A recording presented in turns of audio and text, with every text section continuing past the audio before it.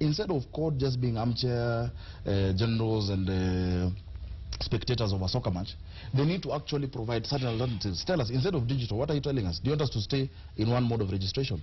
Now, if you look at that specific proposal on digital registration, in as much as it is good, I think probably the context within which it was announced might not have been the best.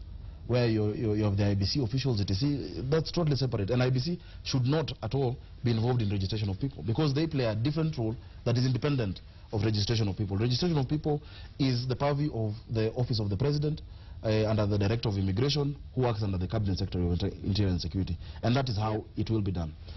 Registering at age 12, I'm not sure about that. I think we should stick just a minute, let him finish, and then we'll come to you to give your account of court performance. I'm saying it should be done from age 18. That is my personal view, and that is a view I definitely will share with my colleagues in Jubilee. But I think you cannot move us back because of this trauma that CORD has with respect to an election loss. You cannot. Okay, you cannot keep us back. So Ms. Wanga, I'll come to you, and in framing the question to you, I'll refer to some comments from our viewers. We need to identify causes of insecurity and then security threats, which CORD, from the way it's speaking, cannot handle, nor do Jubilee for that matter. Then there's this, from if Wanga's suggestions are representative of CORD's position on insecurity, then as a country we can confidently say that we have no opposition. Well, I think we do have an opposition, and I think there is, and as I said, this Jubilee government is governed by propaganda, and after failing, what they have decided to do is now spread propaganda that the opposition has failed. Well, we have done our part, and this is what we are saying, even as regards this digital registration. This is the same thing we said when the appropriations bill came to Parliament as regards the laptops project. What did you say? And what we said, would you rather have laptops than pay teachers, for example? And this is the debate, and if you remember, CORD actually was not part of the appropriations bill. And now see what has happened to, and I'm very sympathetic to Jubilee coalition legislators. And because if the executive will one day just wake up and say, we are going to register digitally, and then come to Parliament and say, now appropriate, and this is what is going to happen. And this is what we are calling the tyranny, they are calling the tyranny of numbers, where there is no consultation. I mean, at least if you don't want to consult CORD, consult with Jubilee legislators then. Have a PG. Sakaja is the chairman of TNA. How many PGs has he had? Can he tell us how many times has he consulted his members as far as matters coming on the floor? Just a minute, let her finish. Are you done with your making a point? Can she finish her point, please? So I think as far as the digital registration goes, these are the PR stunts and these are the goofs that the Jubilee government does all the time. I think the things we have seen regarding the last election on television in the last couple of days are damning. And I think to close your ears and say... You're referring to fraudulent claims of allegation, fraudulent Exactly. And for us to close our ears and say Kenyans have moved on is not going to be useful. We need electoral reforms. We need, and for you to be sitting around a table with IBC and then walk out of it and tell us we're going to now have digital registration. We were consulting IBC about it. I mean, tell me, what should a Kenyan think? And when you come in and say that there is no opposition, when we come up and say that we do not agree with this, let us talk about it and see how best it is to go forward. They say there is no opposition and therefore not... Ms. Wanga, the question I put to you though is how has CORD performed? So give an account of yourselves as an opposition coalition, because Mr. Sakaja has done that for us. Okay. Let me speak about CORD's performance in Parliament. One, currently, the number of private member-sponsored bills on the floor of the House, 80% are CORD coalition-sponsored bills, I can say confidently. Secondly, when we look at all the issues, and there has been, Woodwork, you must understand that we are in the minority a great deal. And we have had our say on every single matter. But because of the numbers, we have not had our way on many of the matters. We have spoken against, and I'll give you examples. I have already given an example of the appropriations bill of 2014-2015. Remember, CORD was not part of that appropriations bill, that now we end up with a laptop scandal, just here. Secondly, I will give another example. When we had the Statute Law Miscellaneous Amendment Bill coming before the floor of the House, and this statute law, and Kenyans refer to it as PBO Act, because the worst of the repressions that the Jubilee government wanted to introduce was really, really cutting down on funding for PBOs. NGOs rather.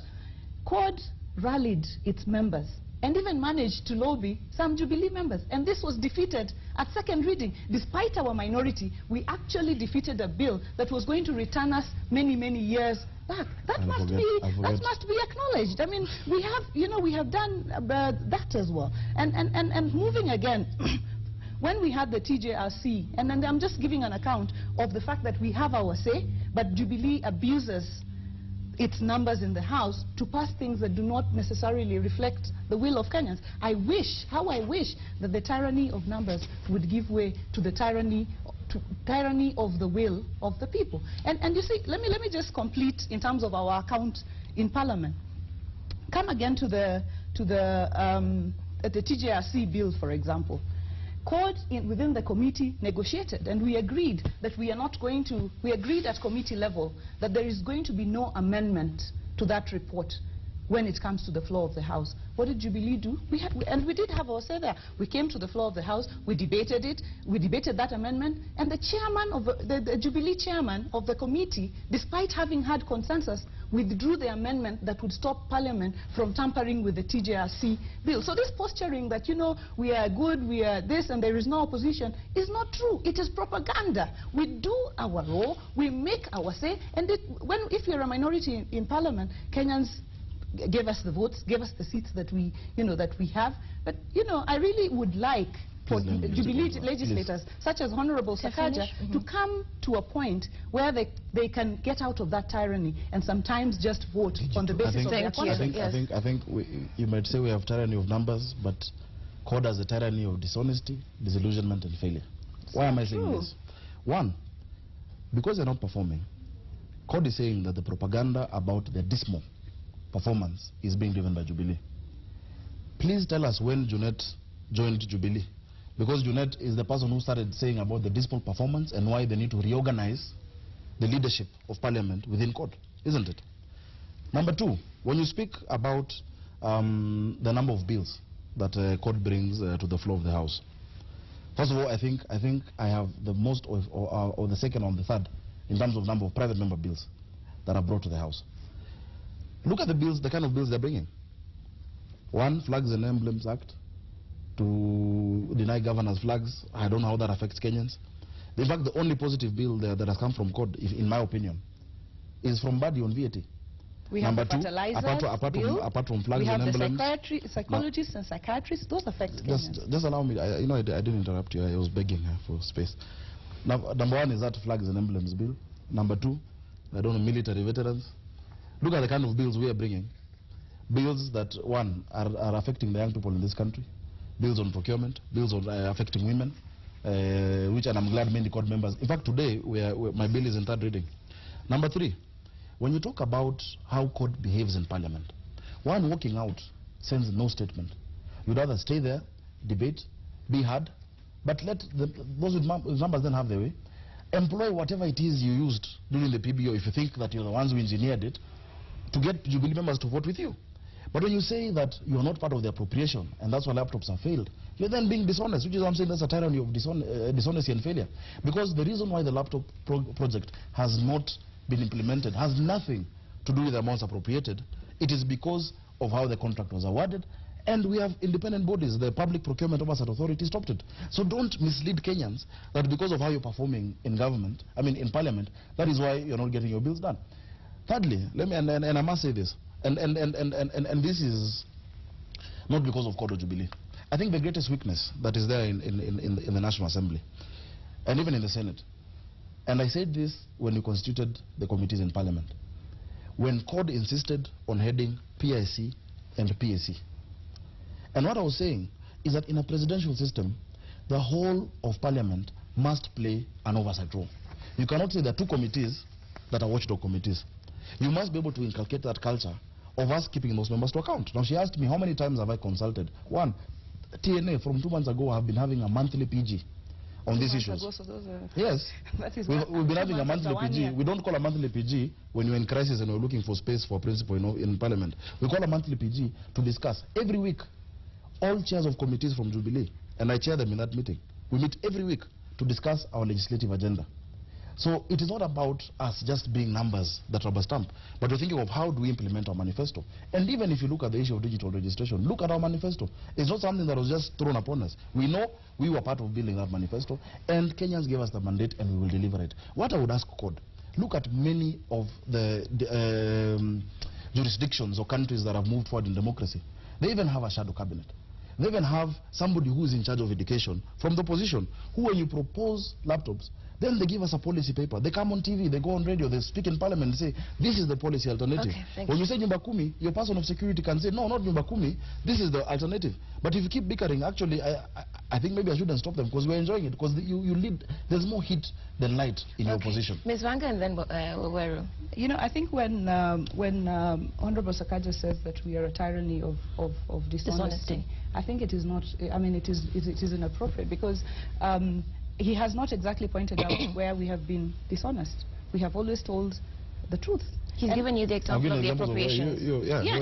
And what we said in terms of policy is, do Kenyans need laptops? Where did you say it? Or do they need rooftops? This is the discussions we had, and Parliament is a house of record. That's reflected in the media. Not media, we're in Parliament. Bring a motion on that. Bring a motion. Let it be defeated, but you have spoken. You know, you do not need to bring a motion when you have an appropriations bill that you can speak to about an issue, because that is where laptops are being appropriated for. And we have spoken to it conclusively, and we say, if Jubilee really believes that Kenyan children need laptops instead of rooftops on their heads, instead of classrooms to sit in, then okay, just as well. And when he says that, and when he says, just let me just finish the statement, because when Sakaja says we walk out of Parliament, look at every session of Parliament at which CORD has walked out. We have had our say, and we have said, when the voting comes, we will not be party to the vote, but we do not shy from debating. So in fact, I can say the CORD has some very, very good debaters on the floor of the House. True. And when Sakaja dismissed some of the bills that we have brought, I think when you talk about the VAT amendment bill, that is an important bill to Kenya. And I've said when you talk about the fertilizers bill that Honorable Chris Wamalwa has brought, that is an important bill. When you talk about the victims protection bill that Millie Odhiambo has brought, that is an important bill to Kenyans. When you speak about the psychiatrists and psychologists bill that Wafula Wamunyinyi has brought, that is an important bill to Kenyans. But Sakaja has just talked about himself, one person with private member bills. Sakaja is not Jubilee. Can Sakaja be the only MP bringing bills in the entire Jubilee coalition? And I think when I said 80% of private member bills in Parliament, it is a truth, which means that legislators are busy, because our job is to legislate, and we are busy bringing bills to be able to move this forward. And how do you respond to the criticism that you're disorganized, that there is no consultation, that what we see, especially now, given the report that came out about your performance, that you see a rallying to protect your leadership and not necessarily the opposition role within Parliament, that you're defending the interests of certain individuals and not the cause? Let me just say, Woodwork, that in all fairness, this is the first Parliament under this new constitution, at which, for example, the leader of the party, is sort of outside of Parliament, and so you come in and you get a new captain for the team, sort of almost midstream. So I think in all fairness and in all honesty, it takes you a bit of time to organize your troops. But if we use the same yardstick that you are using on the Jubilee administration, it's been over a year, during which time you accuse them of failing Kenyans. It's been over a year during which time you've had the opportunity to organize yourselves. I'll give you an example. We had one of your principals on the show, Senator Moses Wetangula, here towards the beginning of the year. And we asked him about shadow cabinets, about spokespeople, about policy point people, and he said that would be done. We are coming into the 5th month of the year. That still hasn't been done. So it does seem as if there's a problem. Court has challenges around organizing itself, around deploying its best minds on policy issues. Well, I think, as you correctly point out, it's been a year of organizing ourselves. But in terms of coming together and discussing what our agenda is in Parliament and how we move it forward, I think we have done that more often than Jubilee has. We have really tried to organize ourselves on that front. And every day is a learning day.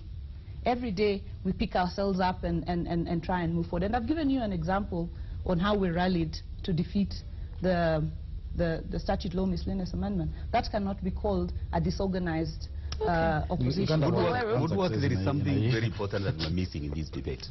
And you read the question from one of our viewers who said a statement that Sakaja and Wanga have missed, that we have no opposition. But at the same time, these guys in the government are failing us. Now, just a minute. Now Wanga is blaming, CORD is blaming Jubilee for taking so long, 1 year, without action. But Wanga also admits that we are organizing ourselves. So the government is organizing itself 1 year. You're also organizing yourselves 1 year. Let me correct you. Where are Kenyans? Where are Kenyans in this scenario when you are organizing yourself? Let me correct you. The government is not organizing itself. The government is working.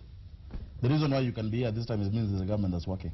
All our initiatives that we wanted to do, apart from those maybe that have been stopped by the court process, or maybe the procurement of laptops, etc. I mean, Jubilee was not just about laptops. We are doing what we can in many areas. We are dealing with agriculture. We have launched 10,000 acres. We're dealing with that. Energy cost going down by 37% from 1.7 cents per kilowatt to less than 10. I mean, from 17 to less than 10. That is on the on the pipeline. More than 500 dams and water plants being done. That is that is work being done. Of course, it is easier to focus on what has not happened. But government is working. We're not organizing ourselves. We are working. In Parliament, we have passed more than 40 bills in Parliament.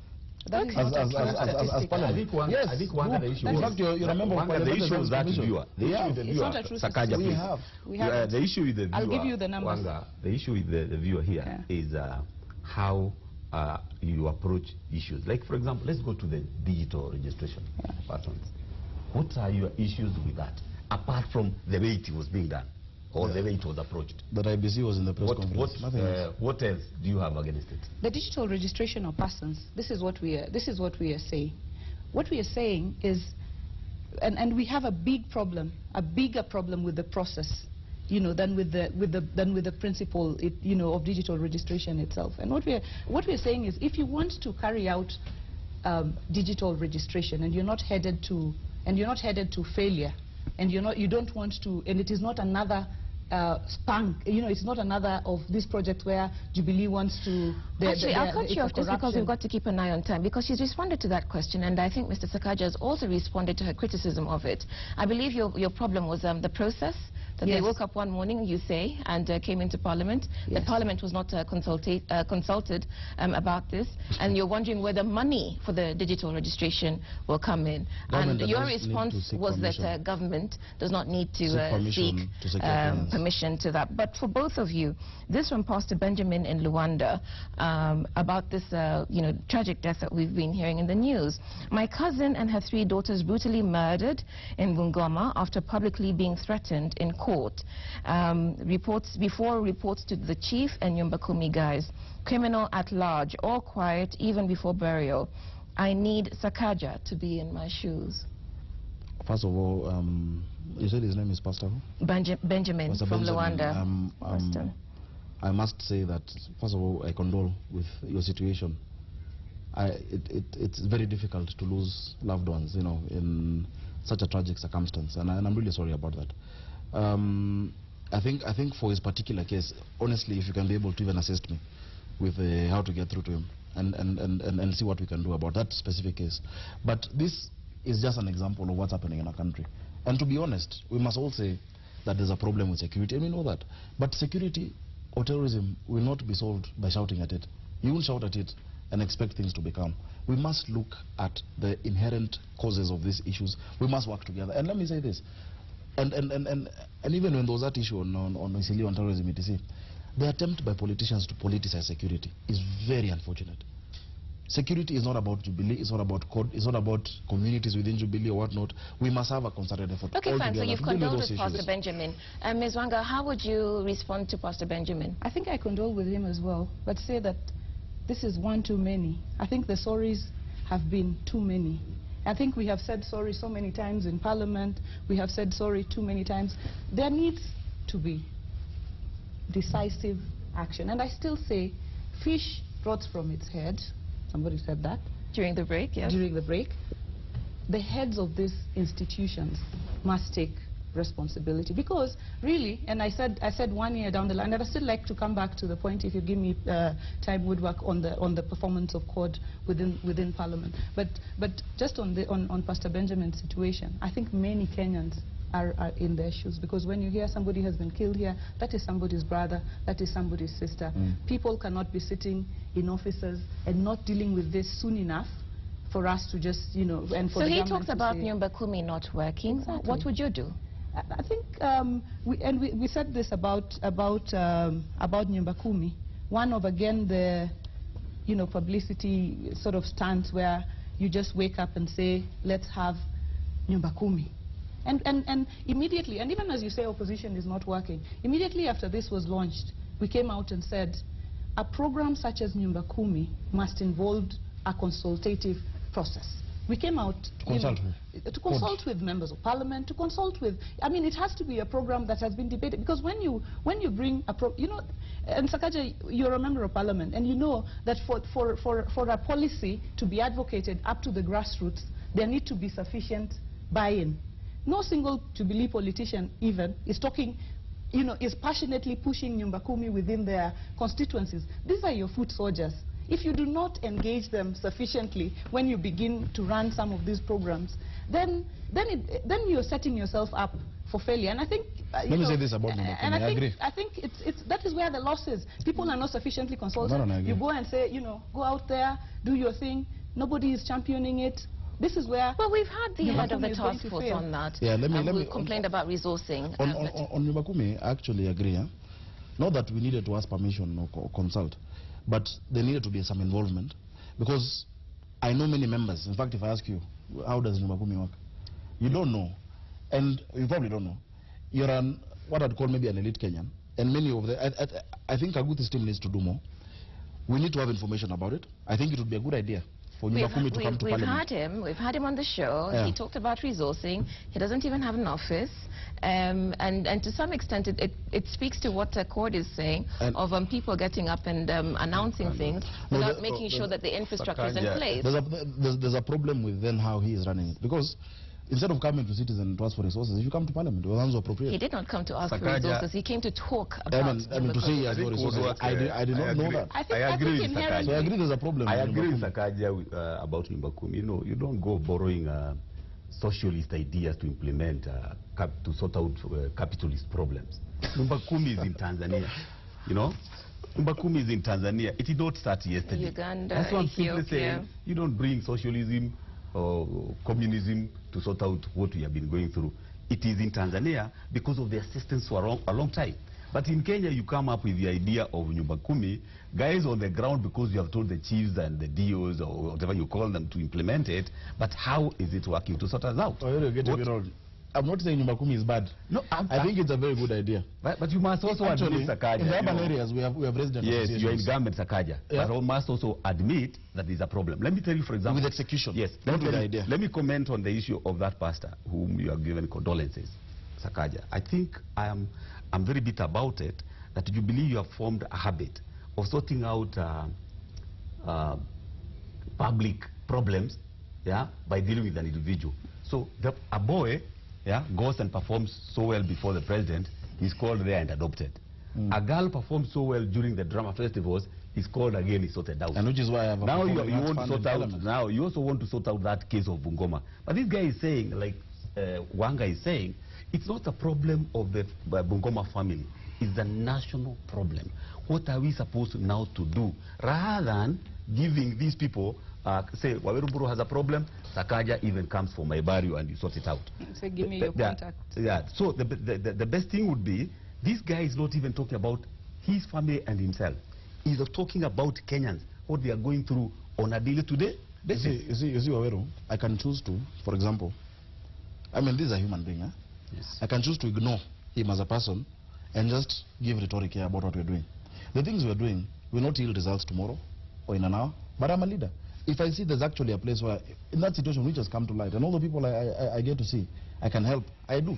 But with the same zeal and with the same clarity, I must also help us deal with the wider issues that affect Kenyans. For example, in Owira, the example you've given, that guy went to State House, performed well, and the president was happy. Good. I mean, the president cannot just ignore the person. But that is why in Parliament, for example, I've sponsored a Performing Arts Fund bill for young people who are talented to be able to get this. That is why when we had the media bill, I said that we must have 45% local content. All the media houses fought it.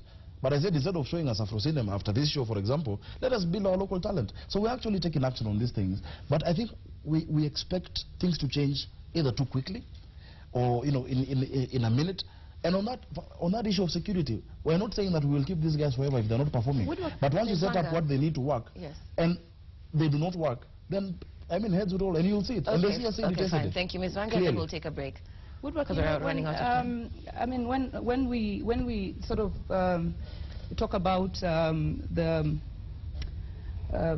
sorry, I'm losing it. I mean, of course, Pastor Benjamin and his issue. Yes, Benjamin and his issue, and of course, Nyumba Kumi failing, laptop projects failing, digital registration now announced. There is a consistency in the manner in which these things are being done. And when you do Nyumba Kumi the way you did it and it fails, then tomorrow again you say we want to have something else. We want to announce digital registration, and you know it's headed right in the same direction. I think the consistency in the manner, there's something fundamentally wrong with the way the Jubilee Coalition is operating in trying to implement its flagship projects. And I think the posturing is a bit too much. And I think they must come back to reality and realize that I think it's them who want to achieve all these things in a day and posture today and say we are launching this, we are launching that. How do you launch Nyumba Kumi and have a big function around it? And these guys have no office. And then you come and tell us he's the one who should come to Parliament. This should have come to Parliament. He should have been appointed when there's already resources. And this is what we're also saying about digital registration. Something is fundamentally wrong. Okay, David, very quickly. We have to take a break. We're out of time, actually. Well, first I've listened to Sakaja propagate his government's approach to governance. And I think it's fundamentally flawed, philosophically, to say that once you get the mandate and through an election, you have nowhere to look but forward. That is not democracy. Democracy is not a one-day affair. It's a system of government where you have to consult people even on policy. And in fact, this is in the Constitution. It is participatory. People have to participate in government policy. So this idea that we decided that we can't ask people how to protect them, I don't think has a basis. That is not what I said. You say that we can't ask people to secure them. No, that is what I said. I said government does not need to seek permission on every move it makes. It needs to consult on every move it makes. No. That is how government ought to run. Otherwise, the rest is Article 10 is very clear about inclusivity and public participation. Yeah. But on every move government makes, you cannot come and ask for permission. Otherwise, then don't make this every move. These are fundamental actions. On key issues, you need that. Before we take the break, Woodwork, I think one has made a very important point. David, let me finish this part. So on that philosophy, the fundamental philosophical foundation of Jubilee approach, I think I have a problem with that. Two, you see the issue with the security operation and even IDs, digital IDs and so forth, and the contest between Code and Jubilee, I do not know what would constitute effective or what is being adjudged as failure and success for an opposition. The benchmarks are not yet defined. They're there, well and we will get back to that perhaps. But the perception that our insecurity is caused by aliens is something that needs to be put to test, because how much crime happens in this country and how much of it is attributable to foreigners before we begin to say we need an ID to vet for foreigners as if they're the ones importing crime into the country. That, I think, again, I have a problem. Whereas digital registration needs to go ahead, it needs to be consultative, it needs to bring everybody on board, because if you have a government, we're going to be in starts and stops.